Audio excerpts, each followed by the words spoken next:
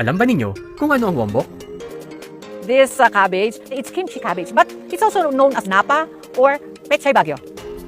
Ito yung madalas natin nakikita sa pansit, sa bulalo, at sa kimchi. Dahil ito'y gulay, it has a low calorie content. So maganda to sa mga, lalo-lalo na sa mga nagda-diet.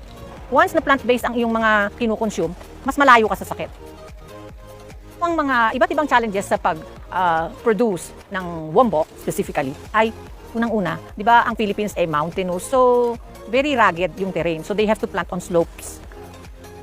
Paano mag-harvest ang farmers yan? Lalagay niya yan usually doon sa container niya. Ano pa yung mga container niya? Pwedeng kaing, pwedeng yung kaing na made of bamboo, or pwedeng kaing na made of wires. So you could just imagine kung gaano ka-rough para doon sa ating commodity itong mga sides nito ng ating containers. Maobserbahan na natin na meron na diyang losses.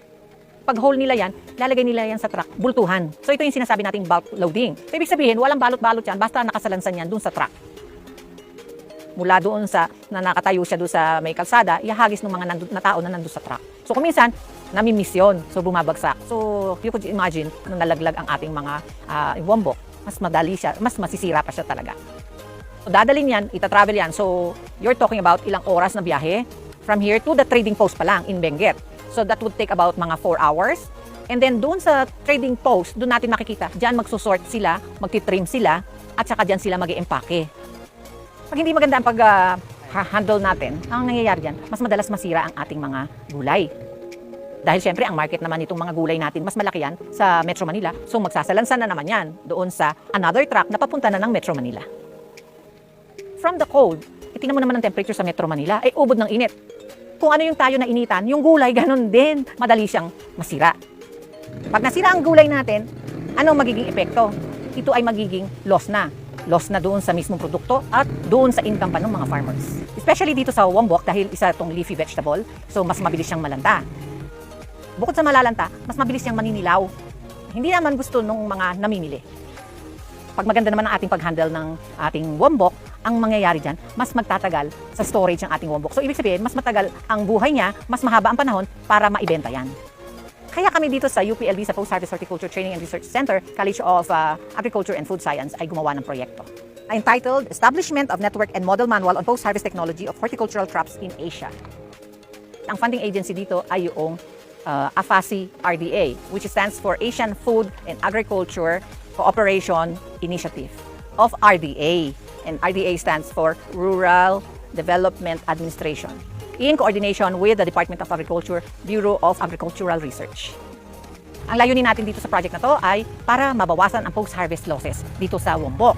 Lalo-lalo na ito ay mabilis masira, so mas tataas ang supply natin, mas marami tayong tao pwedeng mapakain pagka mas marami tayong supply. And of course, included na dyan yung quality ng ating gulay. Ang project na to ay nag-umpisa noong 2012. Nagkaroon tayo ng handling trial.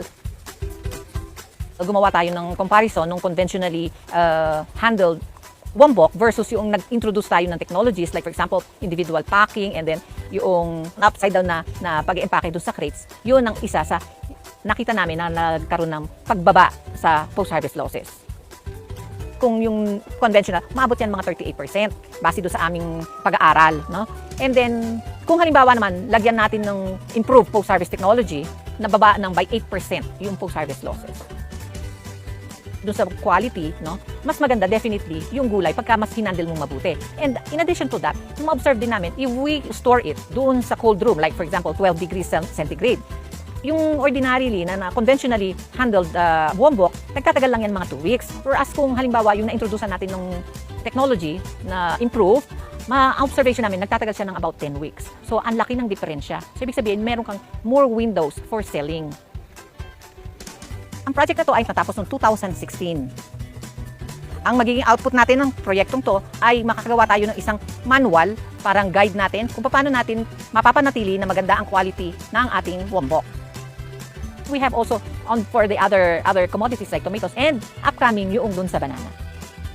Itong mga manuals and books na to ay dinistribute natin together with the Department of Agriculture, Bureau of Agricultural Research sa iba't ibang, like for example, dun sa mga provincial agricultural offices, sa mga different libraries, no, ng mga agricultural universities, sa mga estudyante din, at saka doon sa mga growers and cooperators.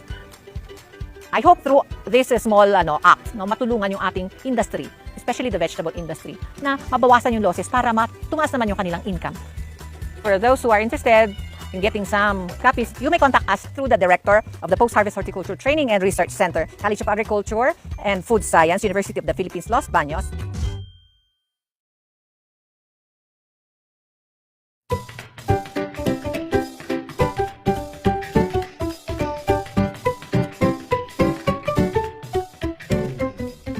Dito sa Wombok, pag sinabi natin post-harvest handling, nag-umpisa tayo usually dito sa harvesting.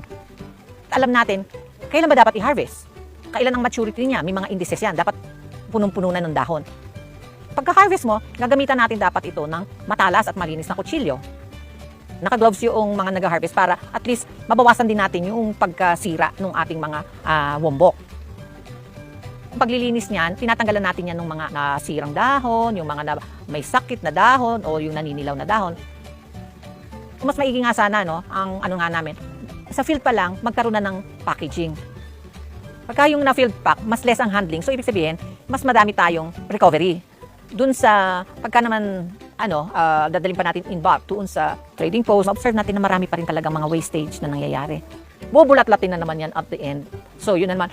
Ang isipin natin, the more that handling steps that there are, mas madami ang ating injuries na nangyayari. Yun ang isa sa maganda sana na mangyari, naka-individually pack na siya and then naka-properly pack na siya para for distribution na lang siya sana. Kung created yan, nakataob yan ng upside down siya. So, yung mga dahon niya nakabaliktad siya instead of nakatayo. Kasi dun nga sa observation natin, mas mababa ang losses. From the field to the trading post, these are transported in bulk. At the trading post, what they will do is diyan nagkakaroon ng sorting, ng trimming, cleaning, and packaging. And that will be, usually they pack it in 10 kilogram poly bags. And that's called the bundle. And yun na ngayon itatransport sa Metro Manila. Dun sa temporary storage, kung halimbawa yung packing house mo nandito, they will just put it in the part of the warehouse where it is cooler. Dahil ang niya talaga, origin niya talaga, it's grown upland. So, malamig ang kailangan niya. Although not all could provide, maganda sana refrigeration. Pagka nag-store tayo nung conventionally handled, aabot lang yan ng mga 2 weeks doon sa refrigerated storage. Pero pagka nag-store tayo doon sa nagkaroon tayo ng mga introduced technologies, or improved technologies, umaabot ng mga 10 weeks in storage. So, ang laki ng diferensya.